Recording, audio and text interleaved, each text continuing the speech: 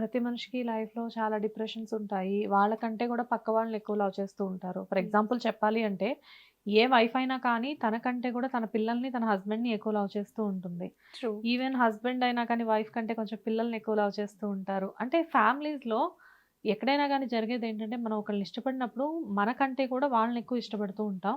కానీ కొంతమందిని చూస్తాను నేను, ఏదైనా కానీ నా తర్వాతే అని చెప్పేసి అంటారు. అలా ఉండడం అవసరం అనుకుంటా. ఏ నేను మాత్రమే అనుకుంటే సెల్ఫిష్‌నెస్ అవుతుంది. హ్మ్.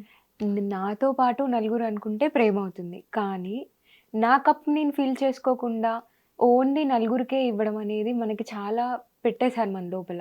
ఫర్ ఎగ్జాంపుల్ ఒక హౌస్ వైఫ్‌ని తీసుకుంటే, నేను మా మమ్మీని చూసిన దాని ప్రకారంగా ఆవిడ తనకంటూ చాలా తక్కువ టైం పెట్టుకునేవారు. పొద్దున్న లేసి రాత్రి వరకు ఓన్లీ రెస్పాన్సిబిలిటీస్‌లో ఉండేవారు. భర్తకి సేవ చేసేవారు. పిల్లలకి టైంకి అన్నీ వచ్చేలా చూసేవారు. సో, తనకంటూ తన ఇంట్రెస్ట్స్ ఏంటి? తన లైఫ్ ఏంటి? ఇప్పుడు పెళ్ళికి ముందు చూసుకుంటే ప్రతి ఒక్కరికి ఒక లైఫ్ ఉంటుంది. ప్రతి ఒక్కరికి కొన్ని ఇంట్రెస్ట్స్ ఉంటాయి. వాళ్ళంటూ ఒకటుంటారు. కానీ ఒక్కసారి రెస్పాన్సిబిలిటీస్‌లోకొచ్చేసాక వాళ్ళని వాళ్ళు మర్చిపోతారు. మర్చిపోయి ఇంక నా నా జీవితం అంటే నేను వేరొకరి కోసమే అని బతుకుతూ ఉంటారు. హ్మ్. వేరొకరి కోసమే నా జీవితం అని బతుకుతున్నప్పుడు మనకేమవుతుంది అంటే మెల్లిగా మన లోపల ఎనర్జీ అనేది డ్రైన్ అవుతూ ఉంటుంది. ఎందుకంటే మన కోసం మనం ఎక్కడా ఉండట్లేదు. హ్మ్. ఓన్లీ వేరే వాళ్ళ కోసమే ఇస్తూ ఉన్నాం. మన కప్ మనం ఫిల్ చేసుకుంటూ అందరికీ ఇచ్చుకుంటూ ఎళ్తే అప్పుడు మనం వేరే వాళ్ళ మీద ఆధారపడము. హ్మ్. ఇంతకుముందు ఏం జరిగింది? ఆధారపడే స్థాయిలో ఉన్నాం మనం. ఇప్పుడు మనల్ని మనం ఉద్ధరింప చేసుకొని వేరే వాళ్ళకి కూడా మనం పంచుతున్నాం. ఇప్పుడు ఒక హస్బెండ్ వైఫ్‌కి ప్రాపర్‌గా లవ్ ఇవ్వట్లేదనుకోండి. ఆ వైఫ్ బాధపడుతూ ఉంటుంది. యెస్. ఎందుకు బాధపడాలి?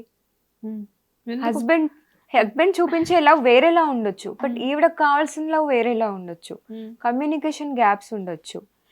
ఇప్పుడు నాకు కూడా అలాగే జరిగిందనమాట. సో, బిగినింగ్ ఆఫ్ మై రిలేషన్‌షిప్‌లో మా హస్బెండ్ తను పెరిగిన విధానంలో for him marriage is all about giving bread and butter. అంటే మా ఫ్యామిలీకి నేను చక్కగా అన్ని టైంకి సేకరిస్తున్నానా లేదా? ప్రాపర్‌గా మనీ సంపాదించి వాళ్ళని కంఫర్ట్ జోన్‌లో ఉంచుతున్నానా లేదా? అనేదే చూసారు.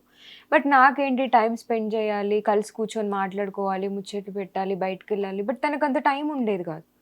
ఇప్పుడు నేను నా లైఫ్‌లో నా మేజర్ థింగ్ మొత్తం నా హస్బెండే అని అనేసుకొని, నన్ను నేను వదిలేసుకొని, ఇంక తను అలా నాతో టైమ్ స్పెండ్ చేయకపోయేసరికి కంప్లీట్ డిప్రెషన్‌లోకెళ్ళిపోయాననమాట. ఓకే.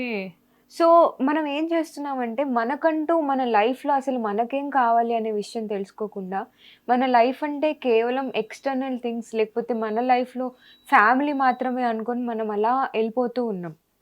హ్మ్. But first priority has to be అస్.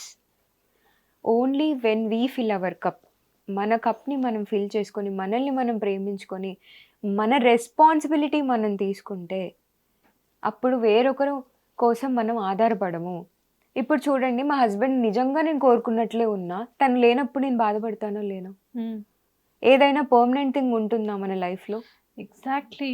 చాలా వరకు మీరు చెప్పేది నాకు కనెక్టింగ్‌గా అనిపిస్తుంది. కానీ we are normal human beings కదా! మన దగ్గర ఎక్స్‌పెక్టేషన్స్ అనేవి డెఫినిట్‌గా ఉంటాయి కదా! ఎక్స్‌పెక్టేషన్స్ అనేవి కామనే. కానీ, మన ఎక్స్‌పెక్టేషన్‌కి తగ్గట్టు లైఫ్ నడవాలని రూల్ ఏమైనా ఉందా? హ్మ్. ఎక్స్‌పెక్టేషన్‌కి, రియాలిటీకి మధ్యలో చాలా ఎమోషన్స్ వస్తూ ఉంటాయి మనకి. హిట్ టీవీ యాప్ ని డౌన్లోడ్ చేసుకోండి. ఇందులో short news, live news, entertainment movies అన్ని అవైలబుల్ గా ఉన్నాయి. Please download Hit TV app. Hit TV app. Hit TV యాప్‌ని ఫ్రీగా డౌన్లోడ్ చేసుకోండి.